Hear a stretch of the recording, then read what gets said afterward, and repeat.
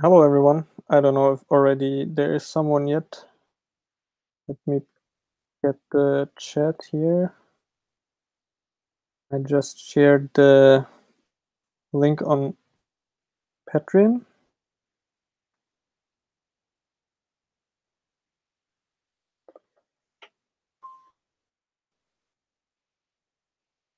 Hi there. How does everything look? Oh, you guys all arrived just on time. That's amazing. Again, if you are a patron, check on patreon.com. There I just shared the link for you to join as a caller. I will wait a couple more minutes until the first people join.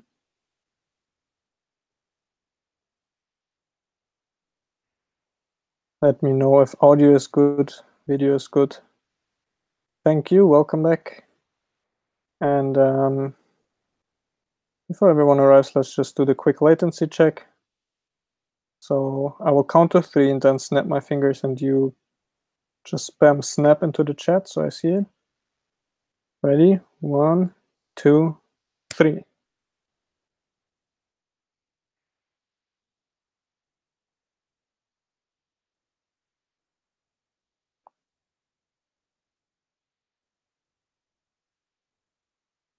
All right, that's like 20 seconds delay. And let me finally try sharing my screen.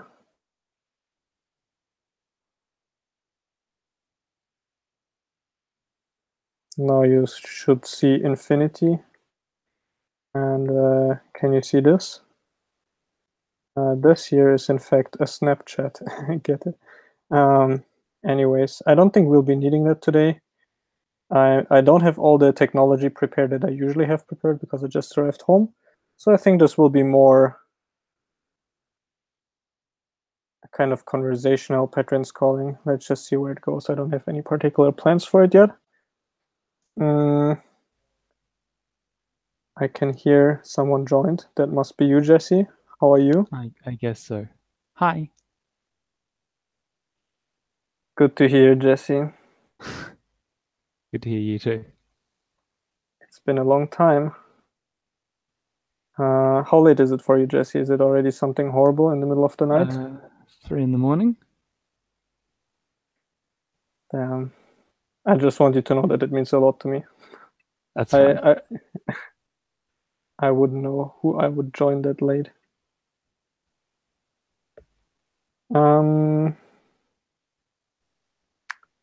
Okay, I will just, as always, Jesse, use you as my representative fan. So over the last 2 months, has there been anything that you've been wondering? Hi there, Marco. Nice to hear you as well. Hello. I hope you're doing great. Yeah, I'm doing pretty good, thank you. Cool. So yeah, again, just because I'm not super prepared right now, if you have any questions about anything whatsoever, feel free to ask them and we'll just get started with that. I can't think of anything right now.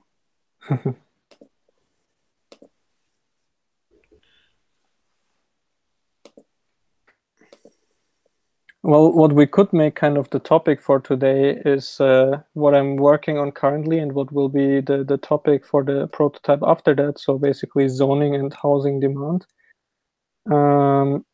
Zoning, to be honest, feels like I'm just more or less re-implementing what I had in the JavaScript prototype because I really liked the UI that I came up with back then. I'm currently working on the geometry code to back that up. One thing that I want to do differently this time is that I want to allow basically arbitrary combinations of zones, and that you can kind of paint every zone independently, and that it's more like layers which overlap each other. And if you have an area where 2 zone types overlap, it means that buildings of both zones can exist there. But that's the only kind of deviation that I'm planning currently from what I did back then. And then you could imagine once you have these kinds of layers of zones, you can also use these to paint down basically arbitrary restrictions, whether it be building height or number of parking lots required, or whatever kind of restriction you may want to put onto properties like that. And then you can imagine having kind of like in Photoshop the, how is it called, the eyedropper tool, where you can pick up the color or like the combination of traits that any point on the map currently has, and easily applying that to another part of the map. That sounds really good. So when shading two zones in the same area, you can still develop buildings that are both zones as well as single buildings. You mean you could have the buildings which contain like businesses and residential, for example? Yeah. Yes, as well as businesses and residential. Just on their own, yeah, sure. And I think by thinking of it in a more flexible way, that it's not like strictly a zoning tool, but it's more like a tool for painting restrictions. This can be about much more than just zones, and it can be more fine-grained than zones or more permissive than zones. Like I think I bring this up every time I talk about zoning, but I really like that in Japan, for example, they don't necessarily zone according to the land use per se, but they zone according to loudness. So if you have like industry, but it's not very loud industry, that might very well be mixed in with residential, which is interesting because it creates job opportunities right next to residential areas while still not impacting the quality of life too badly. But that just doesn't fit in the kind of traditional RCI scheme.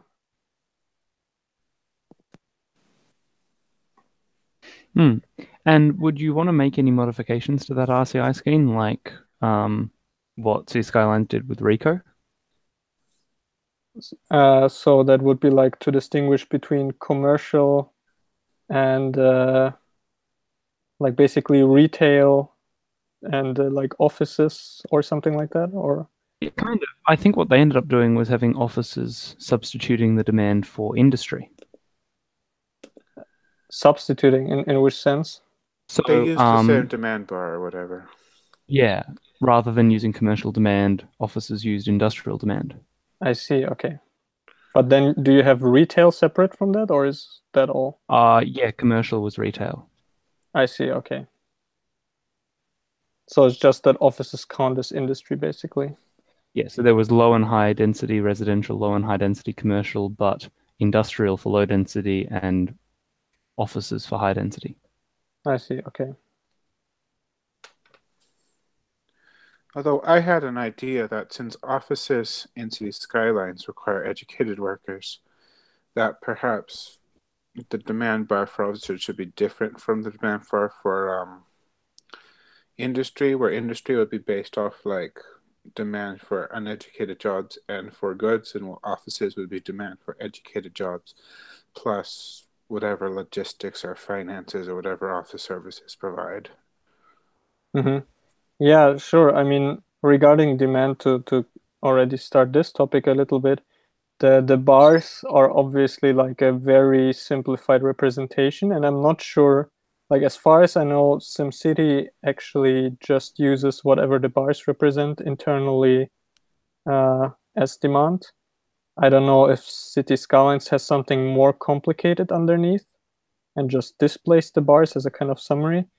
But obviously, I would want to go for much more fine-grained demands for like individual classes of jobs or like categories of goods. And I'm pretty then sure City Skylines is not that complex with the demand deep down, because it treats an office like a factory when it comes to building during demand, and it treats hotels the same as shops when it comes to demand.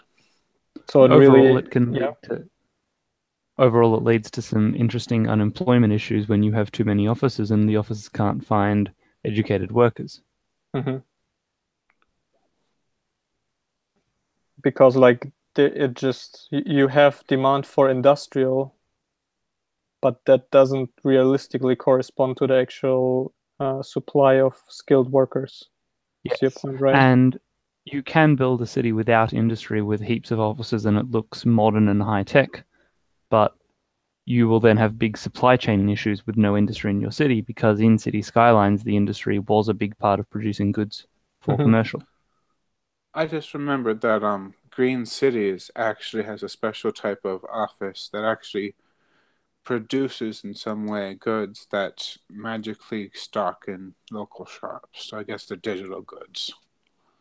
I see. Like it represents something like services. I guess.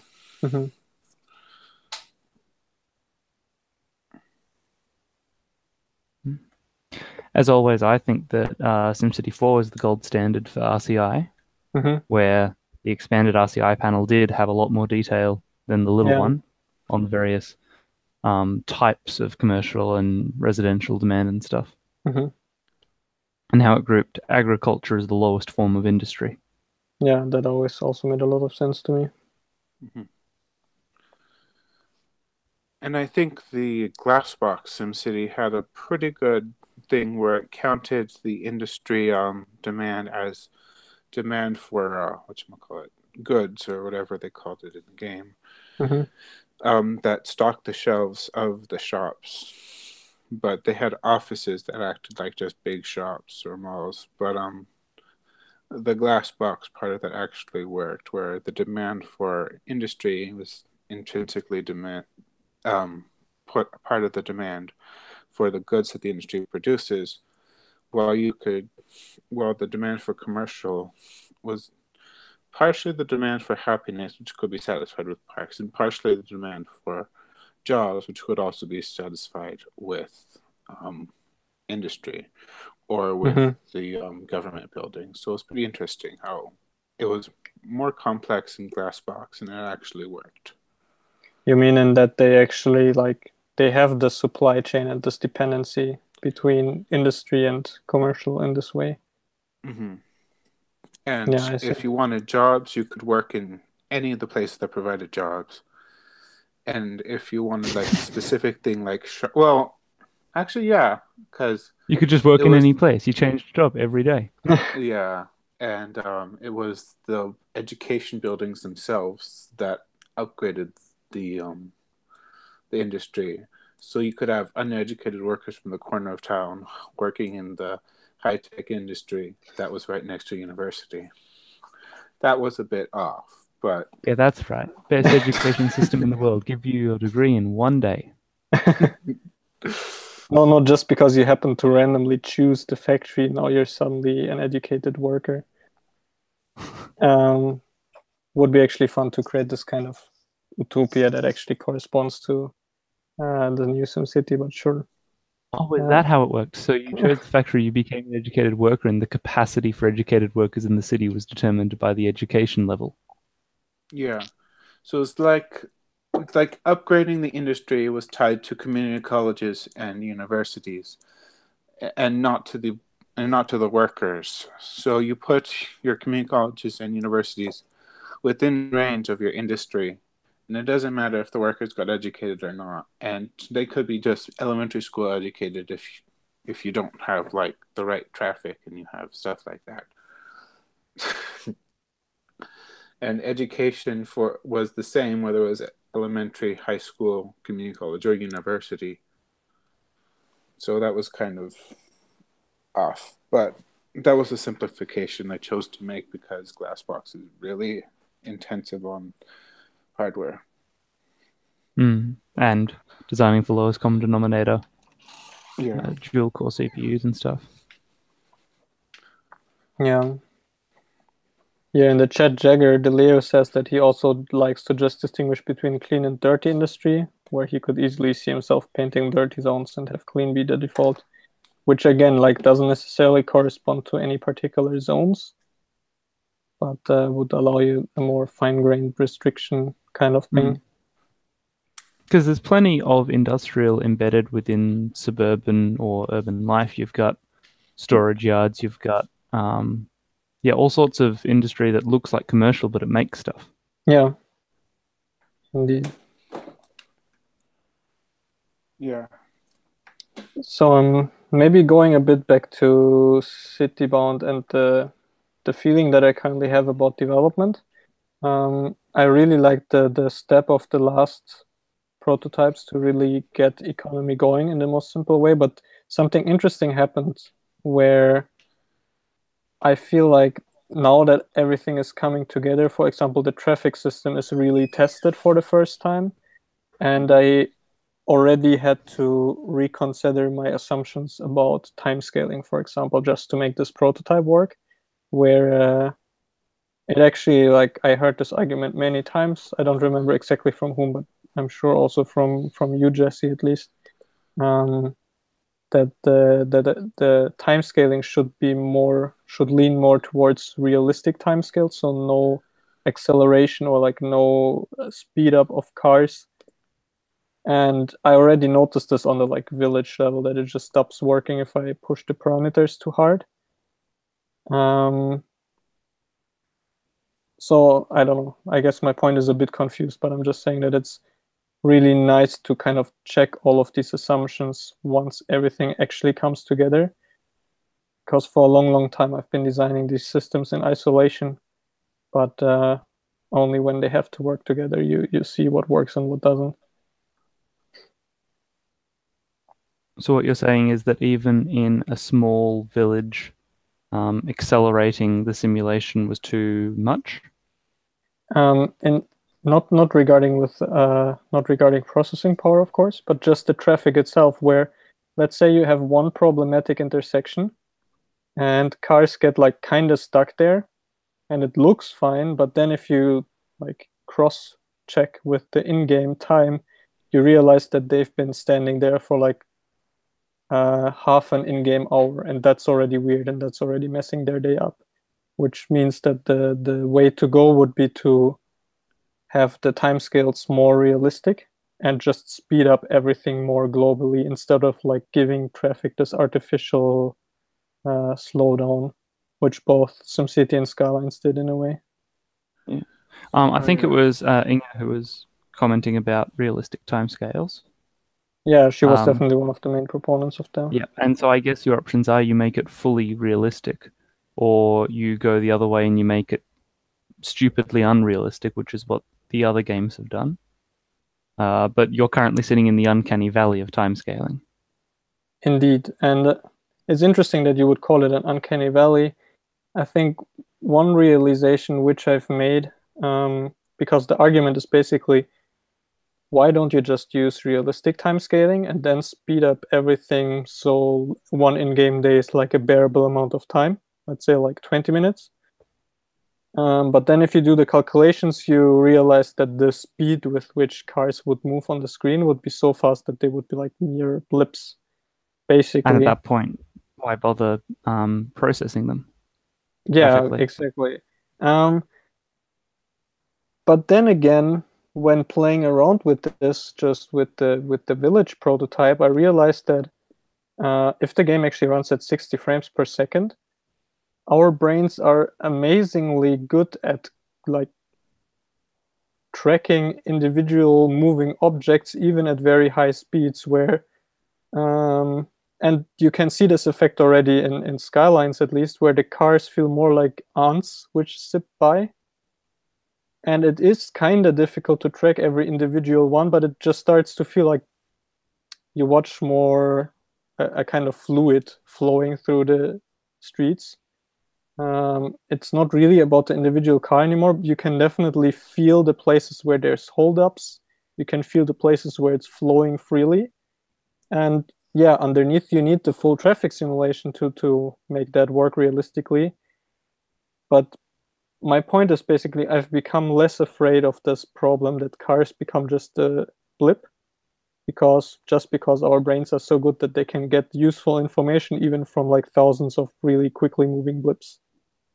And it even has a nice kind of interesting aesthetic to it, in the sense that it's like nice to look at these, how is it called?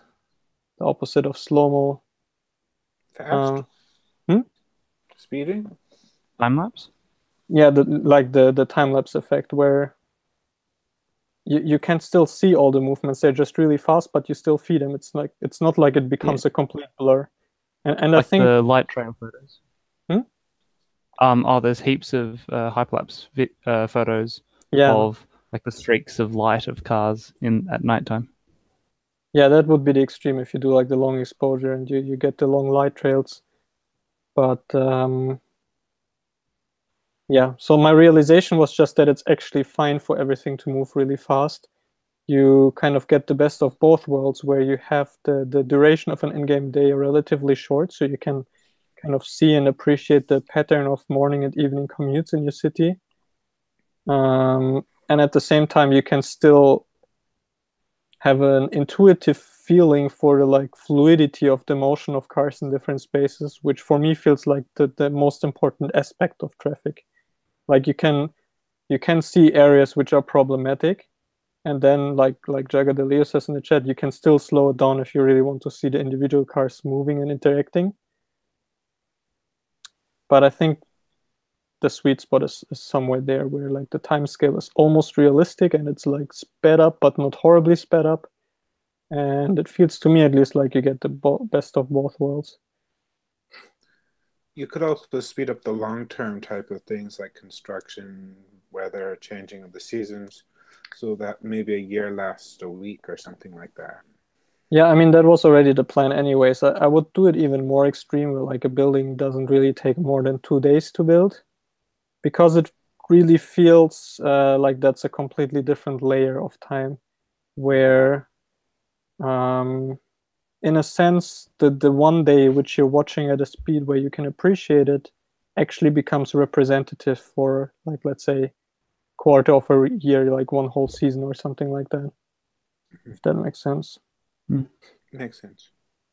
I remember what made this whole time scaling debate difficult was that Inga was always interested in the real time scale for the micro. Cars actually waiting 30 seconds at an intersection or whatever. Yeah. And I was interested in time scaling for the macro, wanting the building to actually take 4 years to build. Yeah. There's no way to reconcile those two. Well, I think there is, because I don't remember how exactly it is in Roller Coaster Tycoon, for example, but I think it counts days and months and years, kind of completely parallel to what's going on screen.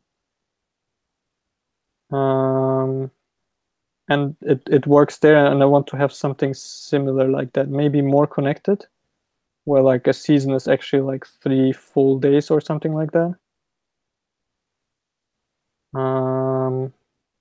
But yeah, I think one of the tricks that Roller Coaster Tycoon uses is that it doesn't by default show you what time it is. You have to hover over the calendar to see that it's actually the 3rd of February. By default, it just tells you it's February. Yeah. So I think with a little bit of fudging like this, you can actually separate it quite well. Jagadeleo says the main issue to me is the day-night cycle. In which sense? If you're representing the macro builds of a city in real time, like building a skyscraper, then you're going to go through thousands of days and nights. Even if you say a day is a month or a day is a season, then that's still a lot of days and nights to build one building. Yeah, I think he's okay. assuming that it's a full day and night. Maybe adjusting the long-term scale along with, separately, independently from the short-term scale. So you could make the ratio of a day to a year be different. You mean like on the fly?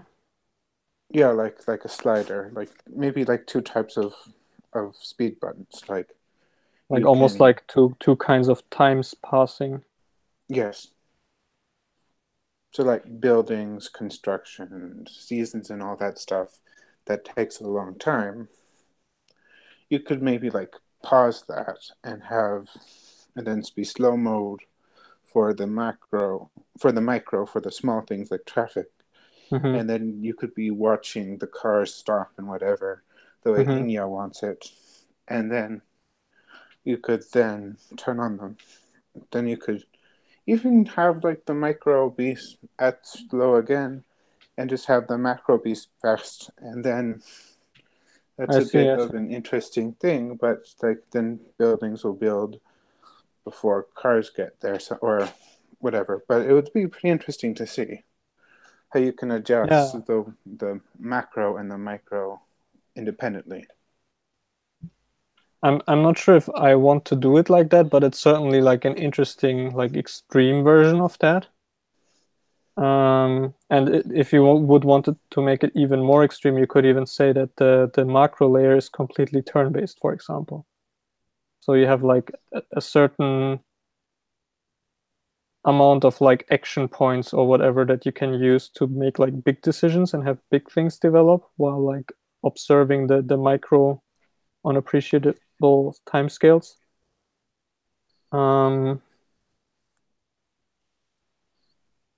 The question is, okay, if you had separate sliders, what would that bring you as a player? Well, one would be like if you want to see the traffic slowly, but you don't want to have to worry about things changing in the big scale too much. Like, it's kind of like SimCity 4 on pause without variable automata, or whatever you call it, where you see the cars moving and everything, but nothing's really happening simulation-wise. And even there's a day-night cycle and the time changes. You can actually hover over the date bar and it'll tell you the time, and that changes even if the game's paused. It's at a different scale, but that's just visual. But with Citybound, you could have it so that in like the more normal ranges, you can like stop the big scale and watch just the small scale. Or you could have the big scale go fast and the small scale go fast too. And you can have like the ratio changing slightly. It might be a little bit weird if the small scale is really slow and the big scale is really fast. Yeah. And maybe that option isn't like enabled by default, and you have to like use cheats or mods or whatever to make the weird combinations possible. But I think that would be a pretty good way of doing it, so that you can have buildings that take many, many days to build, or just 1 day to build. Okay, I see. Yeah. So I understand, well, the way I understand it right now is that any timescale we have is still an acceleration over real time, even at the slowest level. You were suggesting like having a day taking 20 minutes or something. Yeah. So if the day took 24 minutes, then every second is 1 minute in real time. That means if the car's sitting in an intersection for more than 2 seconds, it's already too long by real times. Yeah. Which would just look a little bit too ridiculous that on the slow speed, everything's zooming around. Yeah. Another option would be having a day to be 15 minutes. I think 24 minutes is getting an awful close to half an hour, which is very slow. At 15 minutes, a day is 100 seconds. But the suggestion that SimCity 4 had movement even when it was paused is really interesting. Obviously, SimCity 4, it was just a graphical detail. It wasn't actually simulating traffic. Well, it simulated traffic, but then threw the cars in there just as a representation of that simulation, never actually calculating them. Yeah. But what if you never actually had a proper pause mode? What if when paused, the city was in real time? Oh, I see. That's cool. Which is so slow really cool. And so simple that nothing's ever going to change while you're in that mode. Yeah, and it means that changes don't suddenly happen instantaneously to the world.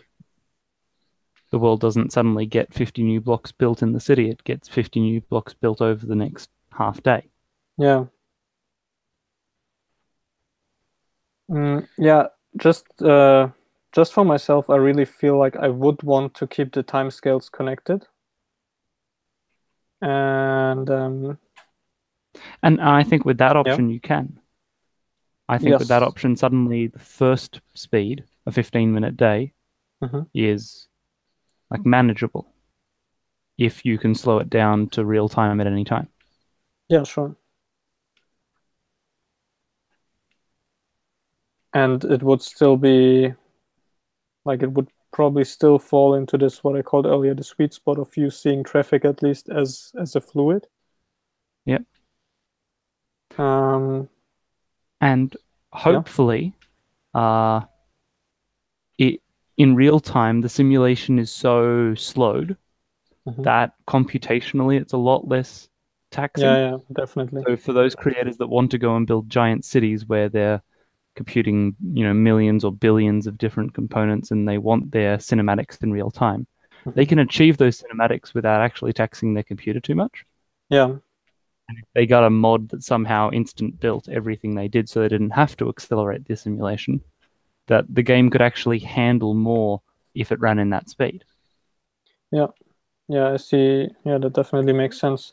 I mean, then you have the problem to the extreme where, like, during a day suddenly a new shopping center appeared, and what does that mean? But I think that these kind of glitches are not too bad.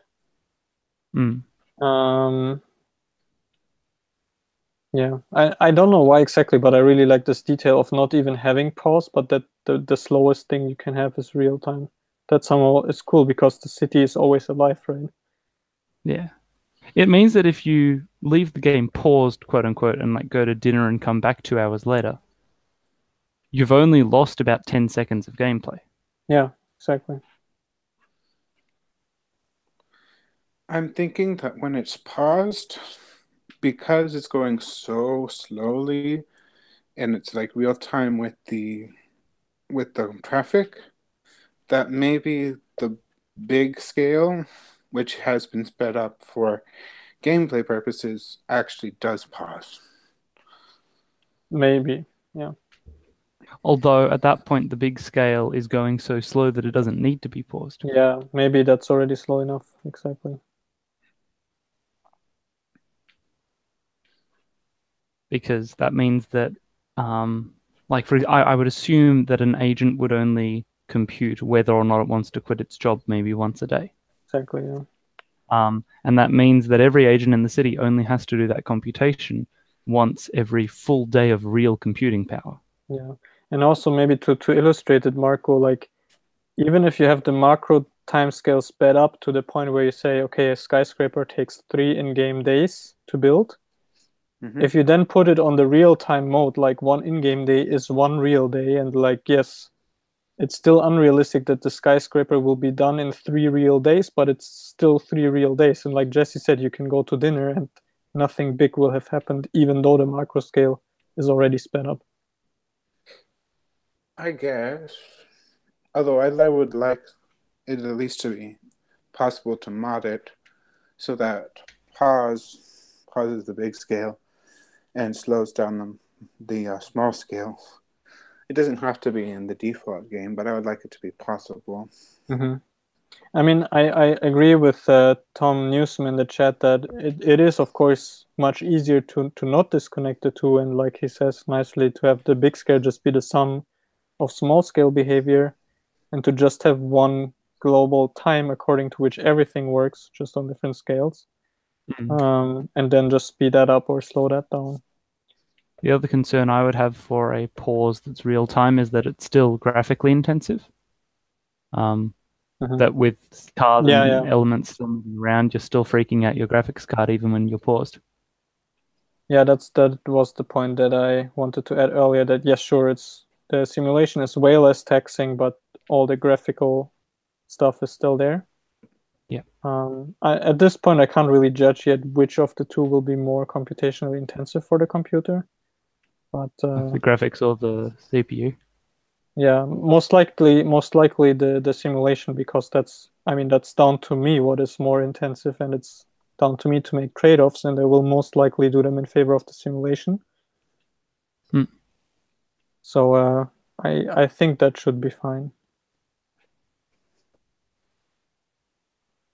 Ooh, we've got a Terminator in the chat. Yeah, nice to see you, Terminator. Welcome to your first live stream. Feel free to ask me any questions in the chat also. I feel like we kind of had some kind of conclusion on this topic. So Jagger Leo asks if I have any idea how many decisions an agent has to make each day, or on some other unit. And I think I can give some examples, like you said, Jesse, probably reconsidering the job could happen once per day per agent. That's I don't even know what it currently is. If the agent, I think right now the agents just keep their jobs as long as possible. They don't reconsider them. Then of course the fastest kind of decision are traffic decisions, and that happens. I only know how often it happens in real time. It happens, well, like 60 times per second. Is that 60 frames per second as well? Yeah, I mean, there's different, some parts. So like the physics update of the car, just moving it forwards according to its current speed, happens 60 frames per second, because that's what you need for graphics. And then I think cars have like 1/10 of a second reaction time to other cars around them. And that's probably the fastest, like, computationally expensive thing. And then other kinds of decisions, pathfinding, for example, the cars have to do a small computation for pathfinding every time they reach an end of a road, because they need to choose where to turn next, and that's where the pathfinding actually happens.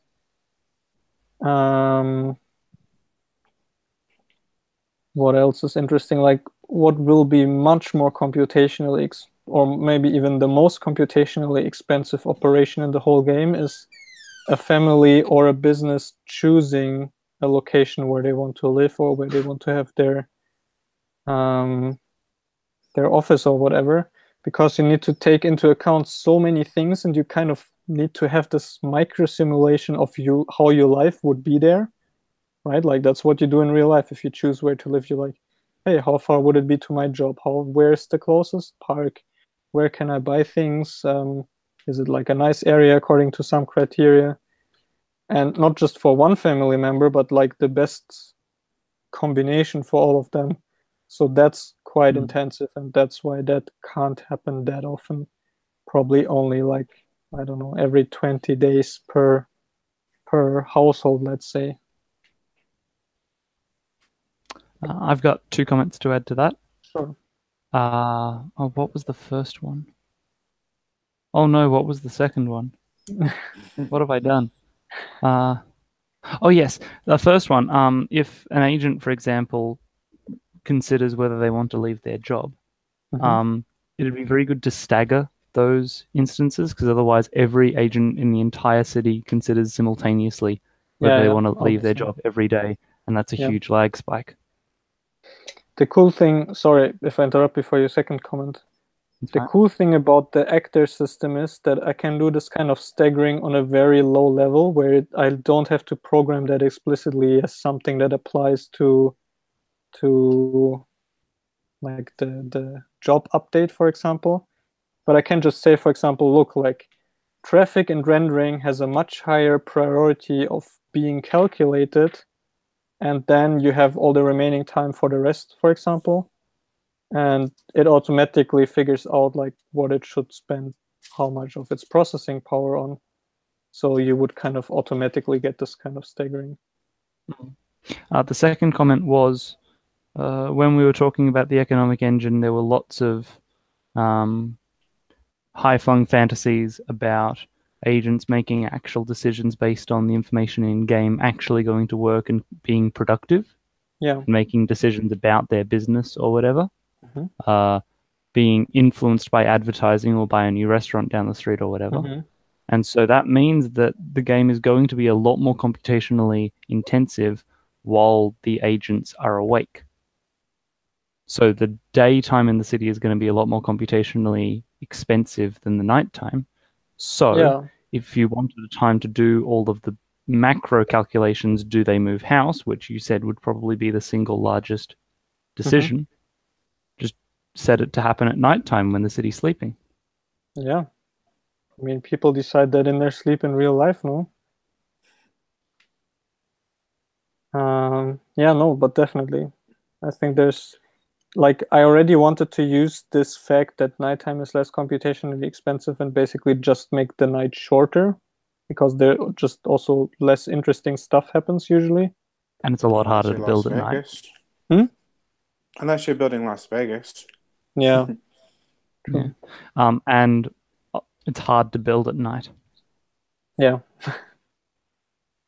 That's what City Skylines After Dark ran into, the problem of everyone complaining they couldn't build at nighttime. Because just like UI-wise, you don't see stuff. Yeah, you just can't see the map. You can't see what you're building. Yeah. That's why I always opened up like one of the info views or whatever they called it, so that it's just a white background with high contrast. I didn't even know it was night. Yeah, but I mean that might also be an argument to actually have a more kind of drawing-like representation during building mode. Yeah. So Terminator, or actually Terminator, asks if I'm still sticking to endless map or will it be a fixed slice? And it's always a little funny for me how people ask this question, like how big will the map size be?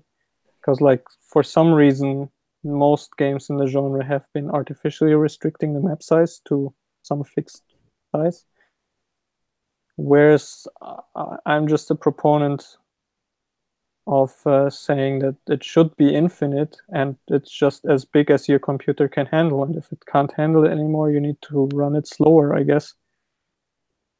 Obviously, like that's not the only reason why that's done usually. Like it also makes a lot of programming easier if you know that nothing will ever be further away from the center of the map than 1 kilometer or whatever. But then again, there's games like Minecraft that easily deal with infinite worlds. So it also lets players easily mod their own maps if they have a finite space to work with. Yeah, true, definitely. So increasingly recently, I've been seeing a lot of. Sorry.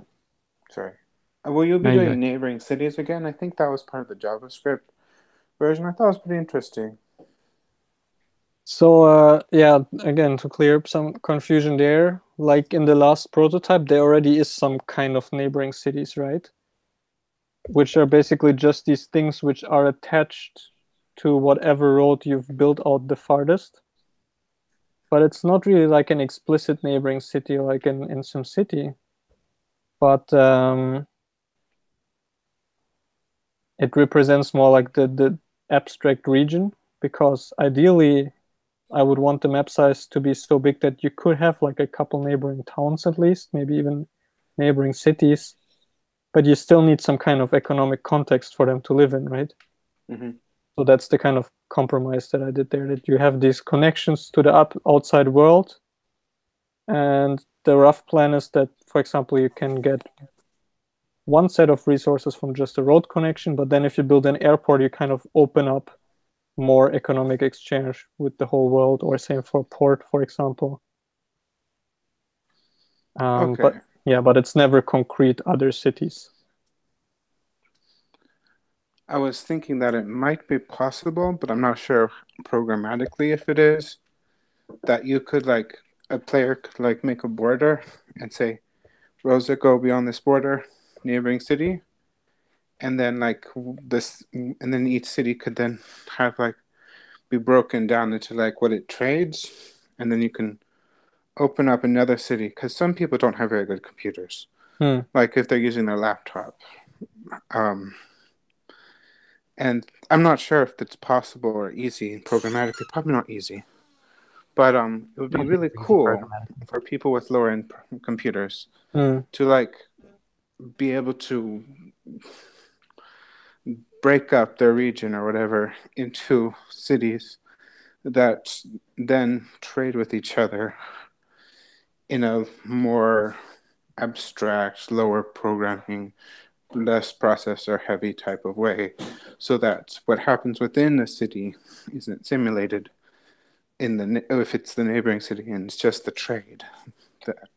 Sure. The only weird thing that implies, and that's what you get in SimCity and Skylines, except if you're doing multiplayer, is basically that you stop time in all cities except the one that you're currently in. And then if that city develops, but the others around it don't correspondingly develop, that causes weird effects. Yeah, and that was always a way of playing SimCity 4 to exploit that to popcorn development, if you remember that. I don't know this expression. Yeah. Sorry, you build up a bunch of zoning in one city to spike the demand in the neighboring city, so you go back to that neighboring city, overdevelop the neighboring city with that spike in demand, and you see a pop of development. You go back to the first city, which has now simulated more development in that city.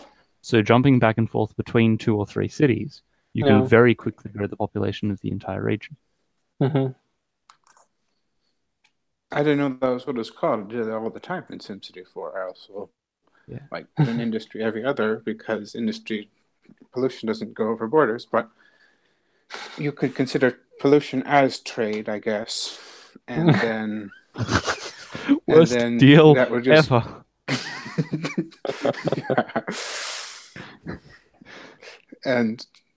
But then it would be like every tile, which might be intensive almost as much as running the city, but I'm not sure how it works. By trade, I mean like any exchange. Like you don't trade a worker just commutes in and commutes out. So I'm sure it said exchange, I guess. So like everything that crosses the border, whether it's utilities, goods, services, people, pollution, that would then be what you see through the, I guess, permeable membrane. But the things that stay in the city or go to other cities that are not being simulated are just not being simulated. But this would only be like for like low-end computers, and people would have to like opt into it like by like, I guess, drawing a border. Yeah, but at that point it can just become a mod, and like the design goal really is that you could have like one continuous city and you don't really care about what's outside anymore, because like there's enough in that what you can see all at once. I mean, with my high-end computer, I definitely want it to be one big region without having to break it up into parcels or whatever. Yeah.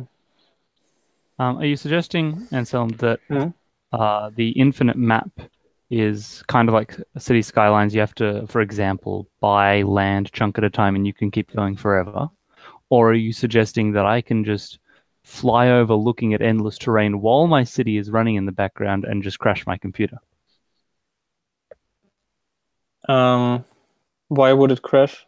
Oh, like, I don't know, traveling super high up over heaps of terrain, which has always been graphically intensive in all games, while simultaneously running my city at an accelerated speed in the background that I can't see because it's 100 kilometers away in the world, and now I've loaded the entire world and the city in the computer. So I mean, that's a detail now, but first I want to say that Tom Newson in the chat got it exactly right, that the way it works now and the way I want it to work is that the neighboring cities are forever at the end of a roll rate link, and when you expand it, it like expands backwards, so you never connect. And then regarding the terrain or what you're describing, what I want to get to is basically a kind of streaming renderer where like it only ever loads whatever you're currently looking at. And most importantly, since the maps will be procedurally generated, it only really stores whatever changes you have made to nature. So if you don't touch an area, it doesn't take up any storage space because you can always just regenerate nature as it was from the procedural generator. And then you only ever need to store the delta, like, okay, here you build a road and here you dug a channel or something, and that you need to save, of course, but you wouldn't really have this problem of crashing the game just because you go somewhere far away in the game world. Okay.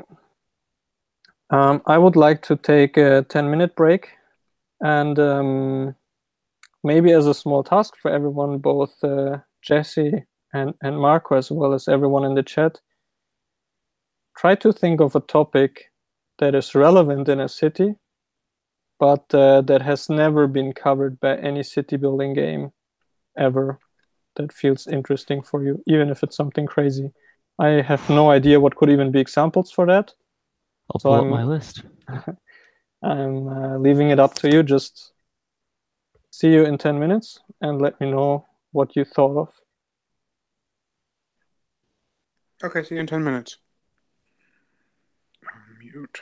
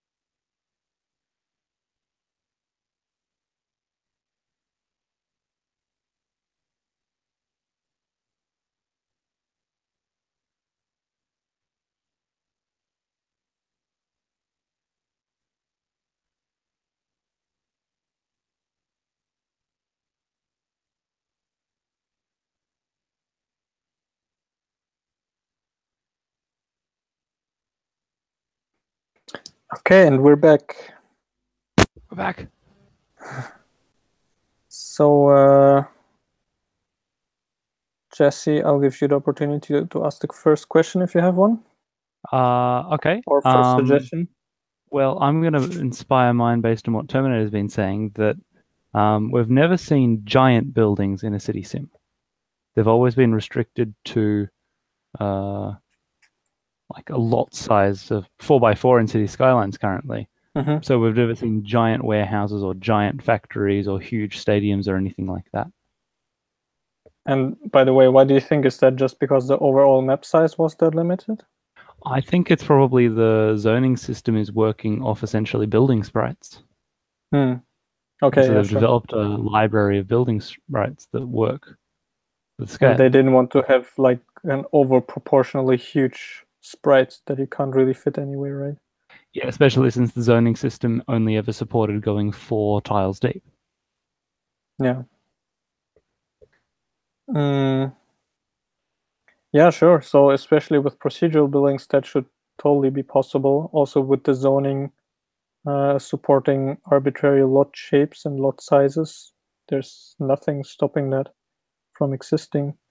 It would just be good to nail down the basically building economy to end up with like realistic building sizes based on demand and the for example capital which a company has, and whatever you can actually build in this lot. But huge warehouses or actually huge skyscrapers or large apartment blocks with thousands of people in them should totally be possible. Yeah, it'd also be cool to have one individual being owning multiple buildings, because people can have a holiday home or a business can have multiple facilities or whatever. Yeah, sure. Mm-hmm. Yeah, in the break, I managed to go log into Simtropolis. Oh. Back in the primitive days. And dug up some of my original design suggestions. Oh, like from the Simtropolis thread. Yes. I see. Yeah, I kind of abandoned Simtropolis after like the traffic coming from there trickled down to just like a couple people per month. Because it didn't feel worth the effort. And I don't know what your impression is, but it seems to me like this community is understandably slowly dying. I'm sure that like the big mods still get some attention there. Yeah. In 2015, with the release of City Skylines, people no longer needed to go through a third-party website to get mods. They went through the Steam page. Like, what made Simtropolis so busy was that it was the essentially official SimCity 4 mod site. Sure, makes sense. Maybe I'll re-upload some of these design ideas to the Reddit after the stream. Mm-hmm. And for a very short amount of time, it was actually the official Cities XL forums. Okay. But that was just a blip. Just like Cities XL. Yeah. Okay, so Smell Like Nachos suggests a more fleshed out civil society like communities, churches, organizations, etc. that are not necessarily leisure nor an economic institution, yet they can gather people in great numbers. Yeah, I mean, that would be just visually a big part of what would make a city alive, if you have these organizations that draw people, or like even events, or like traditional events or national holidays or celebrations or whatever. My philosophy there's does anyone know what zoning code a church falls under? Like, does it have to be classified in commercial zone, or can it kind of go wherever it wants to? Varies depending on the district, on whatever the constituency is. Yeah. I don't know how it works in America or Australia. For me, it feels like in Europe, churches mostly on land that they've been owning for probably longer than the current state exists even. So they win. Yeah. Because it seems unrealistic to have an entire zoning category called church. So it'd have to fit into something else existing in the game. I'm wondering whether it can just go wherever it wants, whether it wants to be industrial or office or commercial, or whether it has to lock down to one of those systems. So I think there's some related things, like, for example, in Scandinavia, as far as I know, it's quite typical to have these kind of community homes or like meeting places, just where people can host private events. So that would be something kind of similar. I guess it's built by the city.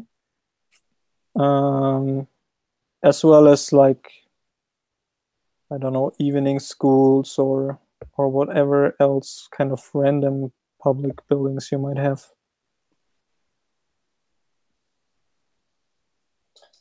Yeah.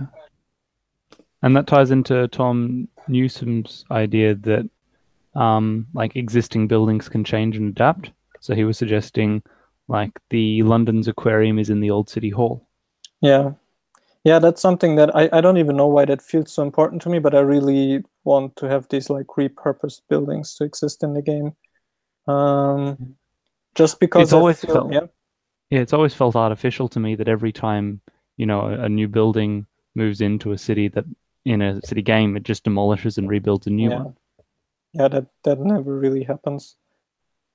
Except for like big projects. At least that's what it feels like here.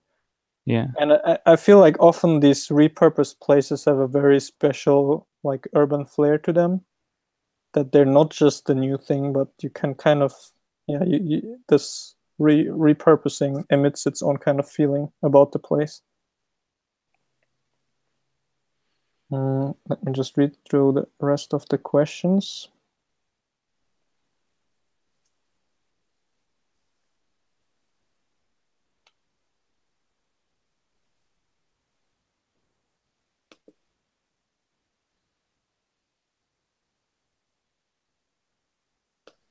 I think Tom Fu's onto something.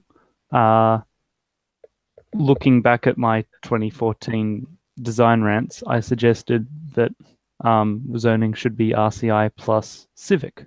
Yeah.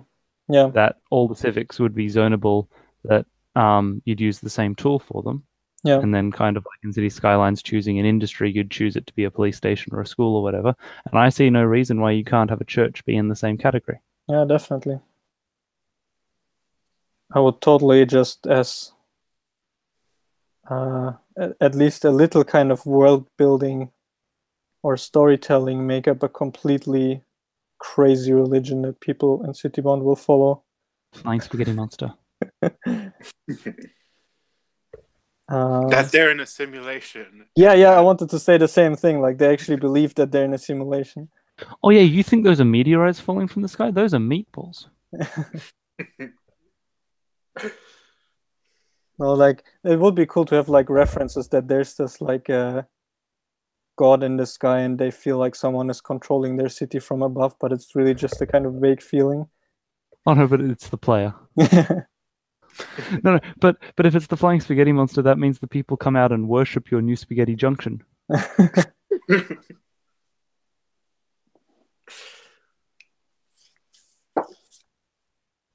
It's always so awkward for me to like interpret the chat with the 20-second delay. Like, what are people laughing about now? Yeah. Like, okay, sure. Can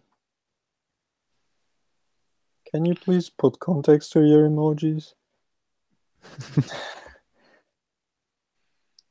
Okay, any other ideas? I mean, this feels like it was mostly about religion. I mean, that's interesting.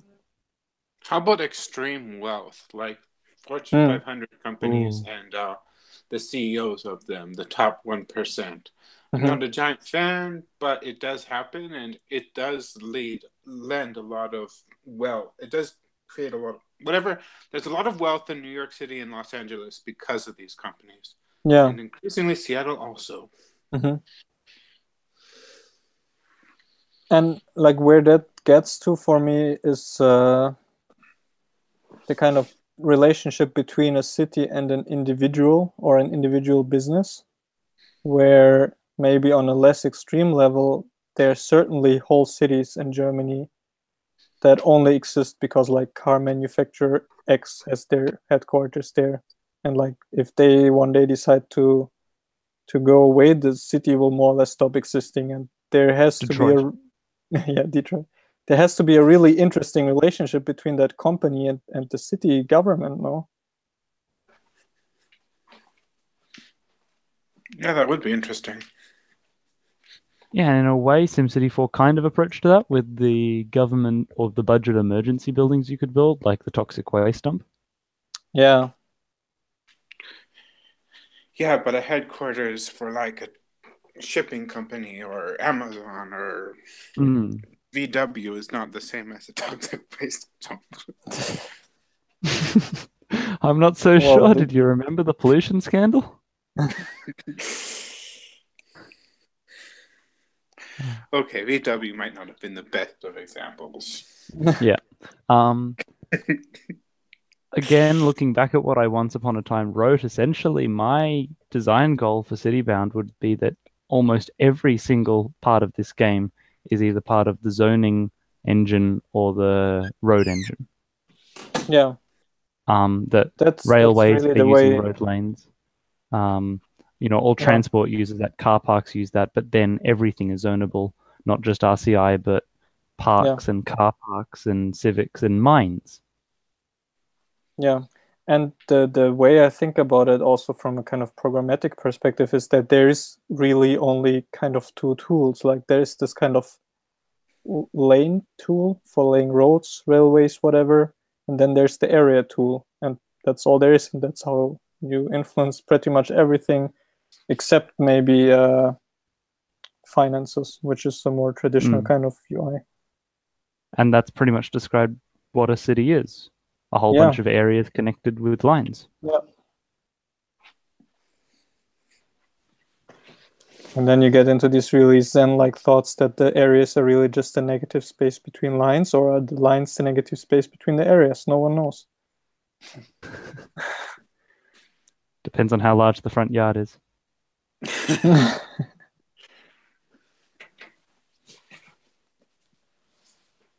I didn't understand Ali's comment about large buildings. A voxel scalable building model system can be used for same models being used in different sizes. Do you mean like modular buildings, or what exactly?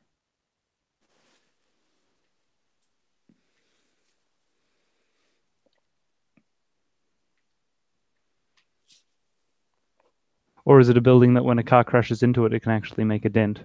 Because that's what voxels can do. Now that's the detail we're going for, right? Definitely. Or maybe he's thinking like some of the one model, different sizes. Maybe like different things on it, like details stay one scale and they just like not stretched, repeat. But at this point, I think we're basically just describing procedural buildings in general, because they will always be like, okay, it has these corners, and then in between us, it has walls in this style, and they repeat to fill up the whole width. So yeah, that's just procedural buildings. Oh, you're right. Yeah. Okay, but I'm thinking myself now, what is something that is a real part of living in a city that hasn't really been modeled yet, that you can observe on a large scale? Okay, we covered, for example, also big events. This is something that feels very important for me for defining the character of a city. Yes. Yeah. And then the issue, that was one of the issues with time scaling as well, because if a year lasts 4 days, does that mean every fourth day is Christmas? So every fourth day is a holiday? Yeah, but I think there are simple solutions for that. Yeah.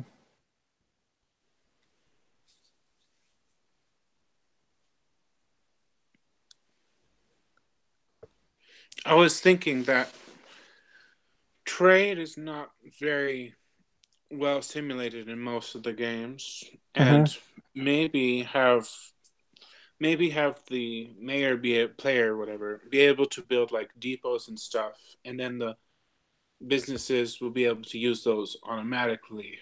So if you place a depot in a good place, or if you zone an area where depots can be built, then the industry will by itself optimize its trade for goods and services, inputs, outputs, etc. Yeah, I mean, like, it would definitely be the latter, where you like create the zoning to make that possible. But I think that really is a side effect of getting the economy and especially the supply chains down. Supply chains. Yeah. And for me, regarding the complexity of the economic simulation, pure logistics companies have always been the holy grail, where you actually have a company that realizes that over here you have this producer, over here you have this consumer. I can make a profit by just building a couple of warehouses and transporting stuff in between, and I don't even necessarily care what it is. It could be just containers. As soon as I have an economic model that allows that, that would be really awesome. Yeah, that would. Okay, two things. First, Tom Fu asked raised a very vague but intriguing point. He said the dynamic of a city is always missing, I think. So what do you mean by that? I think that was a response to events and stuff. Okay, maybe. Secondly, hello, Hugh. Yeah, that exactly. Secondly, nice to hear you. Can you? I just tuned in. Do you have a microphone?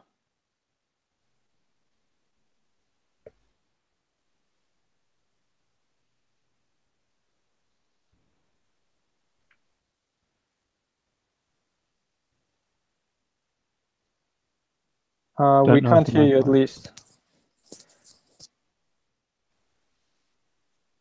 Well, okay, that would be cool. In the meantime, I'll try to interpret your speech bubbles. Actually, people in the chat who are watching on YouTube, can you see the like small speech bubbles about Hugh? Above him, I mean. And in the meantime, Terminator said that he would be interested in having like global events, like stuff that's happening in the background world, like prices of resources going up or down. SimCity 2013 tried to do that, where the price of goods was a global thing based on all the cities all the players had. And it was one of those things used to justify the always online DRM, and it just kind of ended up destroying the economies of multiple cities. Great. Urban Empire had recessions and booms and stuff like that. It wasn't very fun because it was mostly trying to get the city council to do what you want. But it did have economic cycles. I mean, one option would be to mirror the real life, like iron ore prices, onto the game. Real life? Oh, okay. Someone will like short oil just to build his city and city properly. If we have that big interests looking at the game, we're already doing better. Yeah. So Hugh, unfortunately, people on YouTube can't see whatever you're writing. So I would ask you to actually just join the live stream on YouTube and use the chat there, so we have it all in one place. And bring your microphone next time. So I found something on my list that I think actually is pretty unique, that nothing's ever been done before like it. And this is almost a gameplay thing, not just a feature. Privatization of infrastructure or we've never been able to sell off our railway system or our power grid to a different company and have them just run it for us. Is that something that individual city councils can decide? Not a local council, but a state government can. But a state government is usually also the one who is fishing out the money for road projects and funding schools and stuff. So almost all the functions of a city sim is actually state government. Yeah. I mean, it probably depends on the country again, but... Yeah.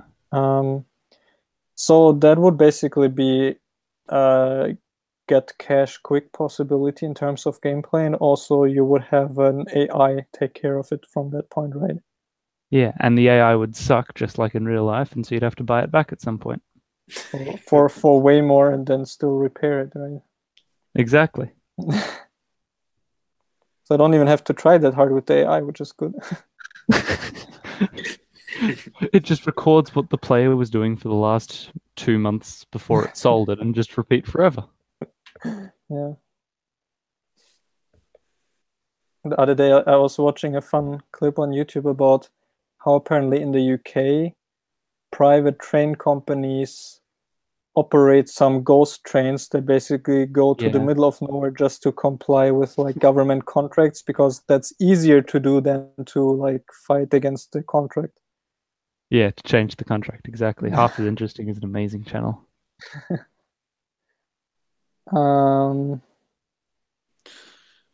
Something that so far has pretty much been exclusive to the more political sims is like rules and laws and edicts. Like you want to increase the business of some sort, or you want to like change how a city works, and it doesn't necessarily affect the zoning directly, but it changes other things. Yeah. I'm not putting it a high priority, but it is a new thing. City Skylines has a lot of ordinances that you can change, just like SimCity 4 did. But they were always focused on like smoke detectors, public health, carpooling, bike sharing, that sort of stuff. So what would be new examples for this? Well, Tropico is the only one I can think of right now, besides Urban Empire. But Urban Empire is super complex. They had things like people get twice as much food, so they're happier, but they consume more food. And they did have a privatized edict where... If only it were that simple. And then you click the building that you wanted to privatize, and you get money, and something like that. The capitalists always wanted that. They're a faction, or like factions in Tropico, but that doesn't matter.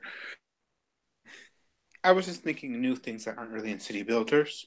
I don't really have a high priority on that. I don't really care that much, but it's new. Yeah, I think there's definitely lots of room to experiment with ordinances and stuff like that. And as long as it's built into the game, we can just add to it. Yeah. Something else I'd written down once upon a time was realistic like terrain and water flow. Yeah. So City Skylines obviously just included realistic water simulation because it was a part of the Unity engine, so why the heck not? Oh, really? I never realized that. Yeah, so it was really easy for them to implement it, and it just added a cool feature to the game that meant people could flood their own cities. Yay! It also meant that you could actually build a dam and fill it up. Yeah. But I was thinking taking that a step further and maybe simulating groundwater, which and maybe usually even erosion. Yeah, maybe. And I don't know how aware you are of that, but guess who wrote their bachelor's thesis on fluid simulation? You did. I think that you guy posted that somewhere. With City Bond in mind, actually. So it's like super low priority, basically, but that would be totally cool. Yeah, because groundwater flow is often influenced by the geology of the underground. Yeah. As well as the topography, that the water will flow down a hill before it flows between hills. Yeah, and the cool thing really is, that's why I brought up erosion, that as soon as you have a fluid simulation, you can kind of have the ground just as a really non-fluid fluid. Do you understand? Which can be kicked around by water if it's strong enough. There's actually some really cool like WebGL based erosion demos that do exactly that, where the whole terrain is basically a fluid, just of different solidity.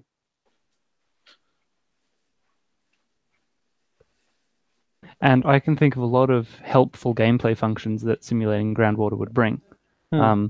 Provides much better simulation of water pollution. You can probably tap into it with water pumps and water towers to get groundwater for your city. And depending on exactly how you're handling it, you could possibly simulate flooding in a storm. Yeah, definitely. Where the stormwater drains suddenly start flooding because the groundwater stuffed up. Yeah. But do you want to simulate depleted water supplies where you can't pump anymore, or how about falling land level. Oh yeah, and then a rising water table that kills off all the farms. And I mean, that would be taking it to the extreme. And it's again, I mean, by going more and more realistic, you always have the danger of kind of overwhelming the player. absolutely. But this is one example where I feel like this is a whole game feature that you could just completely opt out of if you don't care. Good idea. But then if you do care about it, it could be really realistic. Yeah, there are a couple of cities that are actually sinking because too much water is being pumped out from underneath them. Yes. And there are some cities that are rising because of fracking. I didn't know that. So multiple people have suddenly realized they wanted to ask the question, what buildings should be ploppable? Well, I actually side with you, Jesse, and I would say except for mods that would allow like plopping real world buildings that people might care about, just as a prop. I am completely in favor of the everything is zonable and generates itself procedurally, and you kind of can only influence it with either zoning or restrictions or budgets, and that's it. Yes, only took 4 years, but it worked. What zones would utilities be under? They would probably have several sub-zones. That makes sense. Because in a way, I like that the utilities buildings in the new SimCity were modular, in a modular fashion, extendable. Mm-hmm. But wouldn't it be cool if you're just like, okay, the school is obviously overloaded, let's just make the school zone a bit bigger, give them some budget, and let them figure out like where they want to put the extension building if they want to reuse whose homes other... they knock down. Yeah, exactly. And I've always been super keen of the idea of combining that with grants, like in real life. How governments will offer grants to schools to incentivize certain things. And so if you want your school to have fancy classrooms or a new gym or a basketball court, you can go into the school and edit it like you would in SimCity 2013. And then you're bankrolling that new project so it gets built. So you can still fully customize your school if you want to. Just like in real life, if a government stepped in and funded the whole thing, I'm sure any school would be happy for the government to rebuild it. Yeah. And same for parks, actually, because there I kind of want to have also these 2 layers at least of control where you can just randomly zone a whole area as a park, but then you could also go down and like edit the individual paths, like almost like a roller coaster tycoon style. Yeah. And it means that the shape and style of buildings really reflects the areas they're in. If you have a school that's in the inner city where land is expensive, it's probably going to build higher and higher rather than buying land. Yeah. Whereas a school at the very fringe of your city is going to just swallow up the surrounding land, even if it doesn't need it, because it's cheap. Yeah. And then have huge ovals and stuff. Yeah. That's why procedural buildings feel so important for me for Citybound, because a big part of how a city feels in different areas is due to how the buildings look, obviously. And a big reason of how the buildings look is just because of the economies of that particular place of town. And by having procedural buildings that actually take the economy as an input, I hope to be able to recreate this effect in Citybound. Yeah. Going back to my list from 2014, something I wrote was that I didn't think that density should be influenced by policy or zoning or anything like that. I thought instead that it should be influenced by the utilities and infrastructure provided. Like this pipe can only sustain like a building up to this size or something like that? Yeah, and I mean, suddenly that gameplay becomes incredibly finicky and very boring, but like a large apartment would need lots of nearby shops. It would need sufficient transport options. Like a factory would have to have a really good road connection, stuff like that. But then, I mean, it was already a little bit like that. It just comes down to, you not only need to have the zone for that, there actually needs to be local demand and all the amenities needed for this kind of density, for example. Though I'm still in favor of having height restrictions. and setback restrictions. Yeah, sure. Now, City Sims have always been about, in terms of the game design of City Sims, has always been about how to present problems to the player so that the player is aware of those problems and can fix them. Mm-hmm. And part of that is graphics, but part of that is like citizen feedback, where in SimCity 4, it was your advisors freaking out all the time. Mm-hmm. Like the bloody road advisor. You take 1 cent away from his road budget and he freaks out and refuses to work. In City Skylines, that was replaced by, what is it? Chirpy? Twerpy? Or how is it? Chirper. Which everyone immediately turned off and ignored. Yeah. As a lame pling, pling, pling client. What sort of new citizen feedback tool could Citybound incorporate? Well, what do you think of, I mean, we had a whole stream already on this, I think, but Did we? It feels like, yeah, sure, about citizen thoughts and how to present problems to the player.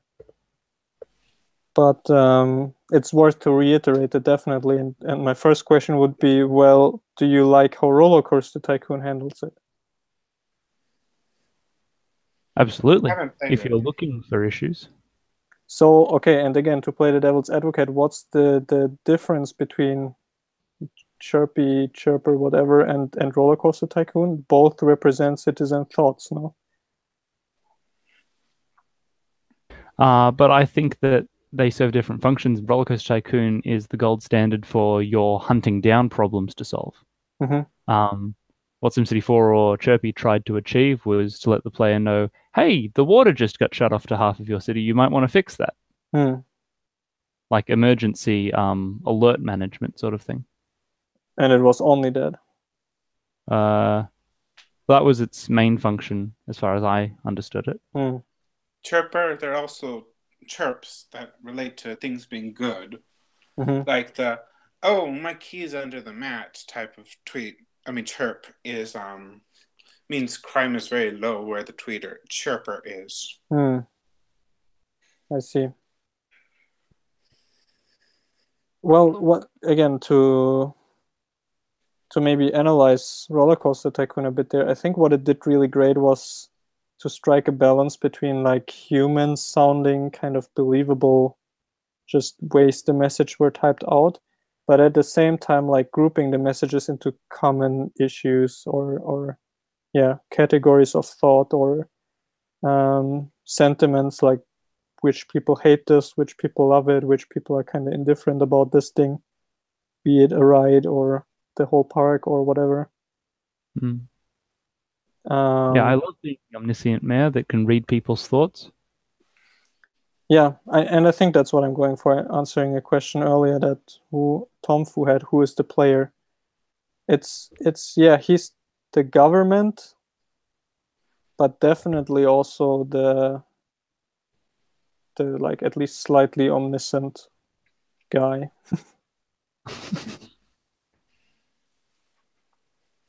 So I guess this is who people will pray for in churches in Citybond.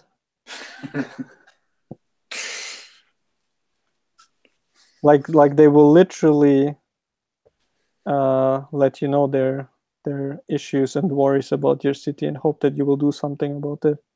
If that isn't prayer, then I don't know what is. That's it. You don't have a menu button to access the collective thoughts of the people. You click on the church and read their prayers.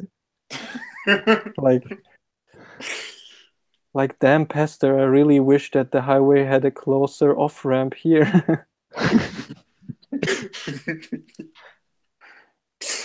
Oh, that's really smart and clever and funny. I'm sorry, Father, for I have sinned. I just robbed 3 houses.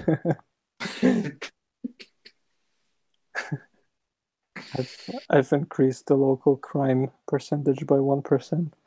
Yes. I think we figured something out here. Yeah, definitely. So Jago De Leo says the Chelsea market in New York City is something no city builder could do. Please give me some context to what that is. Is it a street market? And also, Hugh just said something about UI, but his bubble is already gone. So where do you even see that? Okay, here's the chat. Orthogonal locking toggle. Yes. I'll double my Patron subscription if that gets made. Orthogonal locking toggle? Yeah. Well, consider it done. Okay, but returning to the Chelsea market, is it just a street market?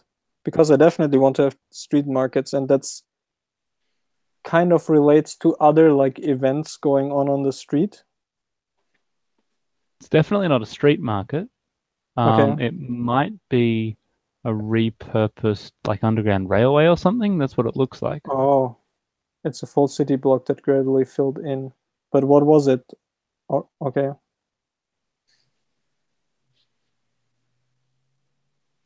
Let me actually Google that. Oops, wrong button.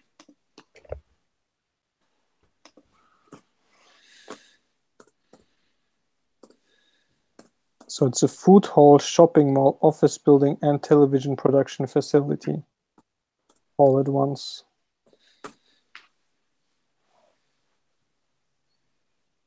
And it was built. I think that could be achievable.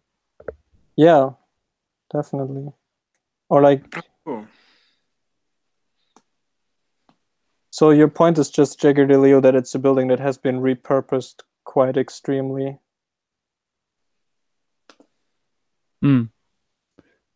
Well, the first example I came up with for repurposing buildings was to have, old factories be repurposed into urban renewal or stuff. Mm-hmm. Or, an old fire station gets turned into a fancy cafe. Yeah. That's an oddly specific example, but I like it. That is a real example from near here. Yeah. Interesting.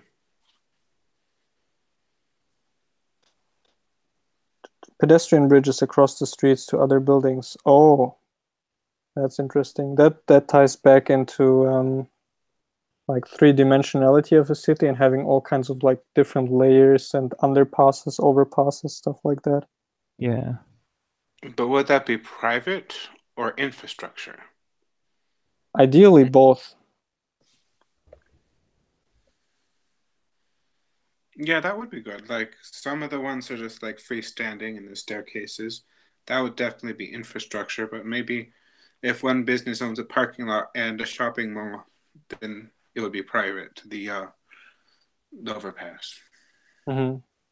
Although in real life, if you want to build an overpass over a road, you've got to convince a lot of governmental bodies that it's a good idea. Mm-hmm.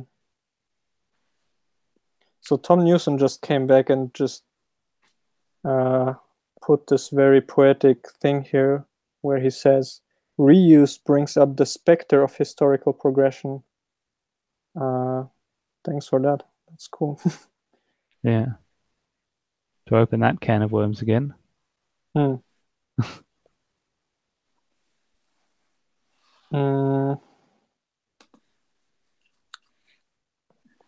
it's interesting when old buildings get reused, definitely. Yeah.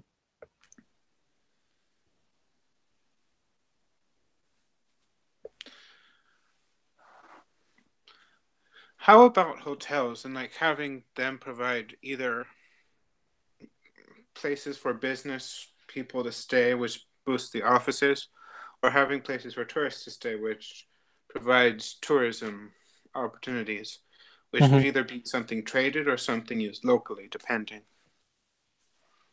Well, so, do visiting businessmen count as businesses or count as commercial interest, or are visiting businessmen from other cities counted as tourists? So, Yes. okay. I don't know. So regarding just like holiday tourists, I think they would actually just be a different kind of agent who have like different goals than residents and who can only stay in hotels, for example. Business tourists can be molded exactly the same way. Maybe there's some kind of service resource that is really special or exotic and that you can't satisfy from within your city, so you need these kind of like specialist business tourists to come to your city, for example? Not something to think about now, probably something to think about in 5 years in another 2 programming languages time. But shots fired. But tourism is something that multiple city sims have really put a lot of time and thought into attempting, and every single time it abysmally fails. Yeah, I agree. So it might be either something to avoid entirely and save the time, or to really reinvent. In Cities XL, it was just another unit to balance, just like everything else in Cities XL. But they did have businesses, offices benefiting from business hotels and industries, business factories benefiting from offices. So it just made a very complex set of scales that looks really pretty, but is not much of a stimulation, just a balancing act.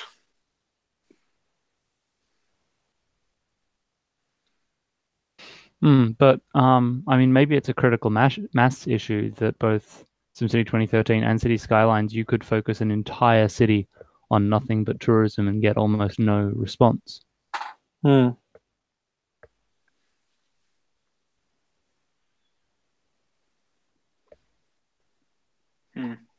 Yeah.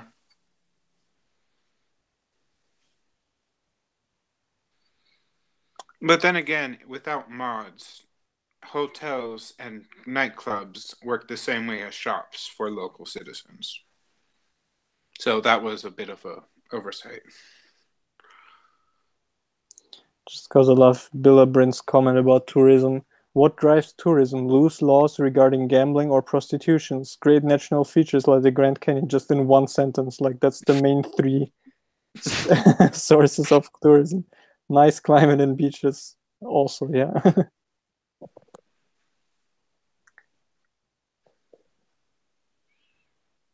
There's also cultural tourism, like you have a lot of museums or historical places. Yeah, definitely. Yeah, like every major city in the world has big tourism. I don't think New York gets tourists because of gambling and prostitution. It gets tourism because it's a famous city. It's a big famous city. Yeah. And that's never been able to be captured. True.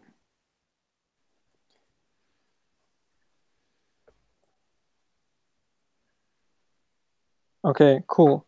I would actually, I will wrap it up more or less here. I will try to do the next Patron calling as soon as possible and again. And I would actually like to extend my task about thinking about crazy things that haven't been covered yet, because maybe in an hour you will invent something even more interesting. And almost give it to you as a kind of homework. Because I think thinking in this kind of direction can be really fruitful for the game itself. And we'll just continue the discussion on Reddit, I guess. Oh, I just thought of something. The financial sector, like banks and trading, that might be able to be a special subcategory of offices. That just extracts money from the economy and never actually does anything with it. Depending. Doesn't pay taxes. Yeah. You go to demolish their building and they say no, and your game crashes. And like Patron withdraws $100 from your account.